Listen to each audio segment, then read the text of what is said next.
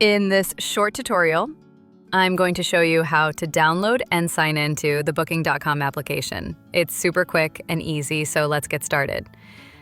First of all, open the Play Store on your device, then search for Booking.com and tap Install.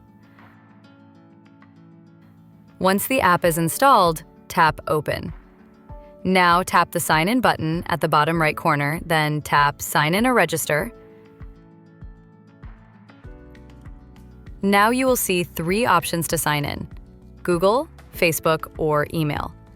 For this example, choose email. Now enter your email address, then tap Continue.